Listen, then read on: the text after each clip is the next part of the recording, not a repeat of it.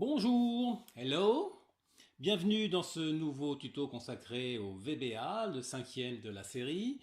Dans ce tuto, nous allons aborder une nouvelle boucle, juste histoire de se rappeler ce qu'on a vu comme boucle jusqu'à présent. Nous avons vu la boucle for each next, qui consiste à passer en revue tous les objets d'une collection, et pour chaque objet en question, instruire un certain nombre de choses, qui peuvent être conditionnées derrière, à l'aide d'un test if ou select case comme on l'a vu, par certaines propriétés de l'objet en question à l'intérieur de la collection. Ça, c'était la première boucle. La seconde boucle que nous avions vue, c'est une boucle du type for i égale un certain nombre jusqu'à un autre nombre, avec éventuellement un pas. Le pas est obligatoire dans le cas qui est présenté ici, dans la mesure où on commence par un nombre qui est plus grand que le dernier. C'est ce que nous avons vu lorsqu'il s'agissait de supprimer des lignes en fonction d'une condition à l'intérieur d'une base de données. Donc même principe, la boucle se termine avec un next, c'est-à-dire que il y a un certain nombre d'instructions qui vont être exécutées, et lorsque les instructions sont exécutées, on passe au i suivant, c'est-à-dire qu'en l'occurrence, on démarre avec i égale 120, et à la deuxième boucle, on aura i égale 119, troisième boucle, i égale 118, etc., jusqu'à ce qu'on atteigne 5. On comprend que par rapport à ces deux boucles-là, il y a un nombre déterminé de boucles à effectuer. En l'occurrence ici, le nombre de boucles à effectuer est limité par le nombre d'objets à l'intérieur de la collection. Si vous avez un classeur et puis que vous avez besoin de passer en revue toutes les feuilles de calcul, ben là, si vous avez 3 feuilles de calcul dans le classeur, le nombre de boucles sera au maximum égal à 3. Dans la boucle numéro 2, le nombre de boucles sera au maximum égal à la différence entre le plus grand nombre et le plus petit. Et le troisième type de boucle, en revanche, qui est une boucle de type do loop, elle pourrait ne jamais se terminer. Donc ça, c'est tout à fait le genre de boucle où, si vous ne faites pas attention, elle boucle indéfiniment. Donc, elle s'instruit de cette façon-là. L'entrée dans la boucle se fait sous la forme de la commande do. On fait un certain nombre d'instructions et ensuite on lui dit de boucler, loop, boucler, donc de redémarrer à zéro pour refaire l'ensemble des instructions. Alors, évidemment, l'intérêt, c'est de savoir sortir de la boucle. Pour voir ça, on va voir l'ensemble des possibilités pour mettre en œuvre cette boucle. Voilà les 4 possibilités. Donc, pour sortir de la boucle, on a le choix de sortir soit à la sortie de la boucle, soit à l'entrée. Si la condition de sortie est spécifiée au niveau de l'instruction loop, ça veut dire que la boucle est effectuée au moins une fois. Et on boucle, là ici, until. En anglais, ça peut être utile de savoir ce que ça veut dire. Until, c'est-à-dire jusqu'à ce que la condition soit rencontrée. Deuxième méthode, bah justement, c'est un while, c'est-à-dire tant que la condition est vérifiée. Légère subtilité. Ça veut dire que les deux, à la limite, on pourrait envisager de n'en avoir qu'une seule, puisque le until condition pourrait se transformer en while not condition, c'est-à-dire l'effet inverse de la condition. Si vous avez besoin de boucler jusqu'à ce qu'une certaine variable soit égale à 3, par exemple, vous pourriez dire tant que la variable est différente de 3. Voilà un exemple. Ensuite, possibilité de mettre la condition à l'entrée de la boucle. La différence avec les deux premières, c'est qu'on n'est pas certain d'effectuer la boucle. Si au moment où on arrive sur la première ligne d'instruction, sur l'entrée de la boucle, si la condition est vraie, on n'entre pas dans la boucle. En revanche, si la condition est fausse, on entre dans la boucle et on boucle jusqu'à ce qu'elle soit vérifiée. Et même principe avec le do while condition. While tant que la condition est vérifiée. C'est-à-dire que si au moment d'entrer dans cette boucle-là, la condition n'est pas vérifiée, on n'entre pas dans la boucle. Si elle est vérifiée, on entre dans la boucle et on y reste tant que elle est vérifiée. C'est-à-dire que dès que la condition n'est plus bonne, on en sort. Pour mettre en œuvre ça, le mieux c'est de faire un exercice. Par exemple, pour l'exercice que nous allons faire, on va faire quelque chose d'un petit peu ludique, ça va nous changer des tutos sur les bases de données. On va programmer un jeu. Donc voilà, donc pour illustrer ce que nous allons faire, j'ai fait un organigramme du programme. Et donc l'idée c'est de dire, voilà, c'est le jeu entre le chat et la souris. Au début du jeu, le chat dit bonjour et la souris répond bonjour le chat. Ici, la souris, éventuellement, si elle a eu l'occasion de déterminer la couleur, elle va indiquer sa couleur. Ensuite, donc, le chat pose une question à la souris. Est-ce que tu veux jouer avec moi? Si la souris dit non, eh ben c'est terminé, le programme est terminé. Si la souris dit oui, le chat répond, super, de quelle couleur es-tu? Et la souris doit répondre.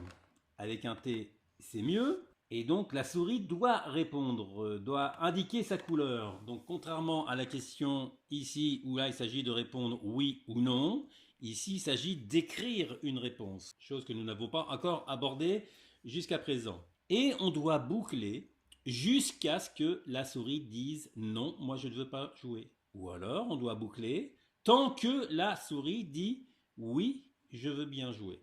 Ça veut dire que tant que la souris dit oui, on boucle sans arrêt. Ça peut durer indéfiniment comme ça. Si on essaye d'inscrire les instructions, ici on va avoir un simple message box. Ici, la même chose, c'est également un message box avec un bouton OK. Ici, on va avoir là aussi un message box, mais avec une réponse VB yes no, possibilité de répondre oui ou non. Et en bas, ici, un message box. Vous voyez, c'est juste un alignement de quelques message box. Celui-ci, en revanche, on attend une réponse écrite de la part de la souris. Donc là, on n'est plus sur un message box, mais on va avoir affaire à un input box. Input box permettant d'écrire une réponse. Et pour établir la boucle, on voit que entre deux ici, bah ça c'est le début de la boucle, donc do. Et ici, ce sera la fin de la boucle. C'est-à-dire qu'ici, on aura une commande loop avec, si on veut faire la boucle au moins une fois, une condition de sortie du genre until la réponse est égale à, donc là until c'est jusqu'à, donc on va sortir quand la souris dit non. Until réponse égale non. Donc là j'écris grossièrement les instructions. Évidemment, les instructions vont être un petit peu plus sophistiquées que ça à l'intérieur du code VBA.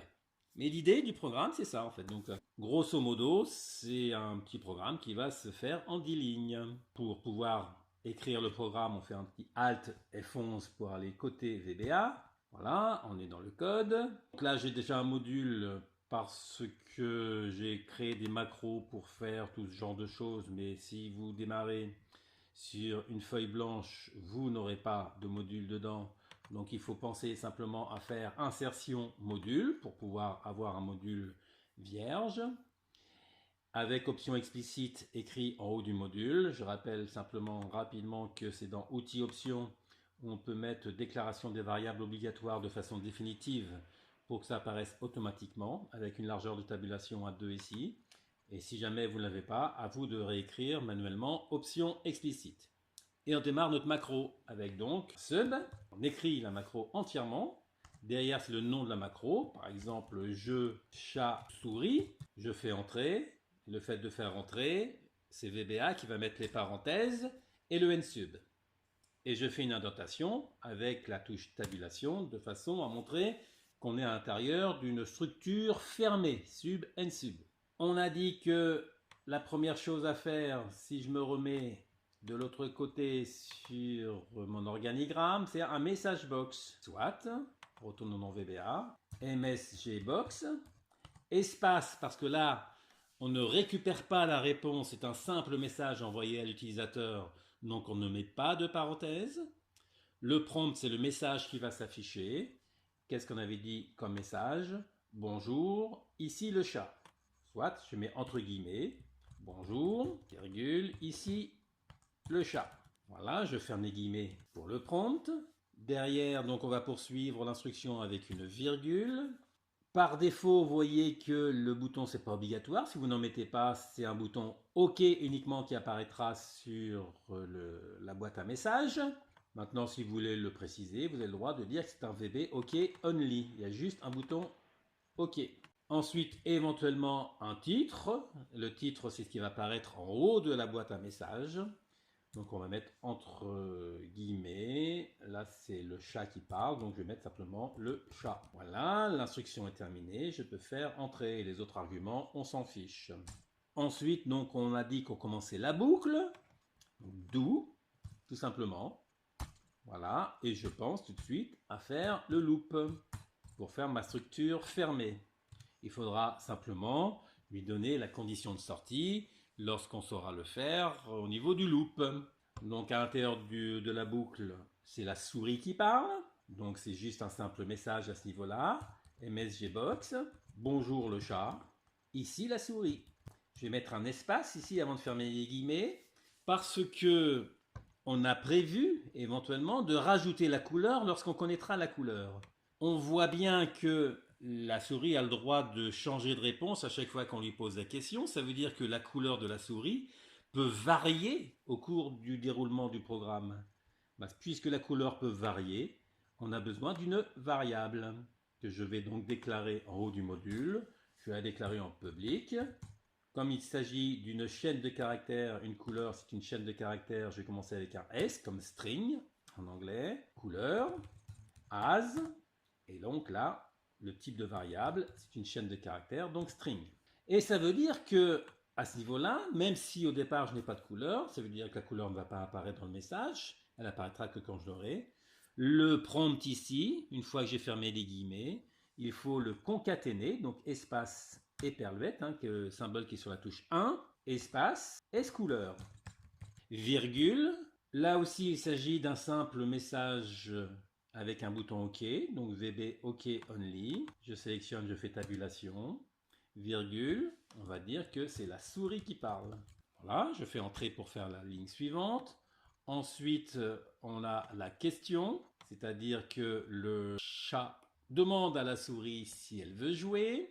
Et évidemment, c'est la réponse à la question qui servira de base à la sortie de la boucle. J'ai besoin donc d'une nouvelle variable que je déclare en dessous de la première ou au-dessus, peu importe, mais en tout cas en dessous de option explicite et au-dessus du premier sub, si je veux le déclarer en public ou en dim. Public, là il s'agit, la réponse à une message box, je rappelle que c'est une integer, donc irep par exemple, as integer. Et ici, je vais lui dire que irep, c'est égal à un message box, MSG box. Cette fois-ci, il faut une parenthèse parce qu'on récupère la réponse, il y a un signe égal sur la ligne. Donc entre parenthèses, on a dit hello la souris. Et même principe que tout à l'heure, je ferme les guillemets et je lui rajoute, je concatène avec S-couleur, si jamais j'ai la couleur. Je continue, je concatène avec guillemets espace pour que la suite ne soit pas collée à la couleur derrière. Veux-tu jouer avec moi? Voilà, espace point d'interrogation. Je ferme les guillemets, virgule. Derrière, il va attendre donc les boutons. Pour poursuivre l'écriture tout en voyant ce qui se passe dans ma fenêtre ici, je vais faire un espace tiré bas entrée. Ça me permet de poursuivre l'instruction sur la ligne d'après. Et mes boutons en question, je vais mettre un bouton VB yes no plus VB question. Donc le fait de faire un plus comme ceci, ça veut dire qu'on va cumuler les boutons en quelque sorte qui vont s'afficher dans la boîte à messages. D'une part, on va avoir un bouton yes no, c'est-à-dire oui non. Mais en plus, on va avoir un gros point d'interrogation s'afficher dans le message box. Donc plus VB question, virgule, et le titre, on va dire que ça c'est le chat qui pose la question. Je ferme la parenthèse du message box et je fais entrer. Voilà. Je fais un espace. Quand on a une instruction qui se déroule sur plusieurs lignes comme ça, je prends l'habitude personnellement de faire un espace pour mieux visualiser, pour mieux aérer le code. En revanche, je réaligne avec le début des instructions du haut ici. C'est maintenant qu'il faut poser la question à la souris de savoir de quelle couleur elle est. La couleur, on a dit qu'on l'a récupérée dans S-couleur, donc je vais faire S-couleur égale input box. Input box, contrairement à message box, c'est qu'une bootbox, ça va nous demander, on va avoir la possibilité d'écrire une réponse. Puisqu'il y a un signe égal, il faut une parenthèse derrière la commande, le prompt, OK, souris, et je rajoute la couleur. Je fais un espace, je concatène avec les perluettes, je fais un espace et je continue avec S couleur. Je poursuis espace concaténé avec entre guillemets espace. Et là, je lui pose la question de quelle couleur es-tu? Alors évidemment, on est dans un jeu complètement aberrant, hein, on est bien d'accord. Hein. Là, le but, c'est uniquement de comprendre le principe de la boucle do loop. Je ferme les guillemets, virgule, pour mettre cette fois-ci un titre, un simple titre. Et ça, c'est toujours le chat qui pose la question. Et quelque part, j'aurais tendance à dire, c'est terminé. C'est-à-dire que la souris va répondre, sa réponse va être stockée dans SChooler, et si elle a répondu oui ici, on continue. On fait ça sans arrêt. Ça veut dire que maintenant, il faut faire le loop. Si la souris a répondu non, il faut s'arrêter. Loop until, par exemple, jusqu'à ce que irep égale vbno. C'est-à-dire, on boucle jusqu'à ce que la souris dise non, je ne veux pas jouer. Voilà, until irep égale vbno. Ou alors, on aurait pu faire while tant que irep égale vbyes. Ça va faire exactement le même principe. Choisissez la méthode que vous voulez, peu importe. Voilà, je fais entrer et à la fin, on fait un simple message box. Tant pis, au revoir. Et on a le droit de faire un simple message box comme ça, sans rien d'autre derrière, sans virgule, sans indiquer de bouton. On aura un bouton OK uniquement et sans titre, ce sera le titre par défaut d'Excel. Et notre programme, sauf erreur bien sûr, est terminé. Alors pour vérifier s'il n'y a pas d'erreur grossière là-dedans, on va faire un débugage, compiler VBA Project. Il ne hurle pas, donc ça me paraît correct. Et ce que nous allons faire, nous allons l'exécuter directement à partir de VBA. Bien entendu, je prends la précaution de sauvegarder le document avant de tester la macro. Et pour la tester, j'appuie simplement sur F5 ou alors sur la flèche ici. Vous voyez que quand on est dedans, exécuter sub userform, entre parenthèses F5. Il faut néanmoins que le curseur clignote entre sub et unsub pour dire je veux exécuter cette macro-là. Donc F5, voilà. Donc premier message, le chat dit bonjour, ici le chat, ok. La souris, bonjour le chat, ici la souris, moi, ok. Le chat, hello la souris, veux-tu jouer avec moi? Bon, on va quand même lui dire oui dans un premier temps, avec le point d'interrogation qui apparaît, hein, c'était le plus VB question qu'on avait ajouté. Donc je réponds oui. Ok, souris, de quelle couleur es-tu? Voilà, je suis une souris verte. Je valide, ok. Et le chat, bonjour le chat, là on boucle. Ici la souris verte. Ok, le chat dit hello la souris verte, veux-tu jouer avec moi? Bah oui, cette fois-ci, je suis une souris rouge. Je réponds OK. La souris dit bonjour le chat, ici la souris rouge. Hello la souris rouge, veux-tu jouer avec moi? Oui, non, etc. Donc cette fois-ci, je vais dire non. Non. OK, redemande quand même la question, hein, c'est ce qu'on a vu, hein, la question est à l'intérieur de la boucle. De quelle couleur es-tu? Je suis une souris grise. OK, tant pis, au revoir. Voilà, donc un petit programme qui sert à rien, mais qui, j'espère, vous permet de comprendre le principe de la boucle do loop. Alors si j'osais, je ferais une petite blague et je dirais ce qui serait sympa pour exécuter la macro, plutôt que de faire comme on a fait d'habitude, de créer un bouton sur une feuille de calcul. Je vais aller ici à gauche dans les Microsoft Excel Objects de notre document en question. Je vais aller double-cliquer sur This Workbook. Donc je repère ça, comment c'est écrit. D'ailleurs, je vais sélectionner ça et je vais faire un CTRL-C pour le mettre de côté. Et je vais double-cliquer sur This Workbook.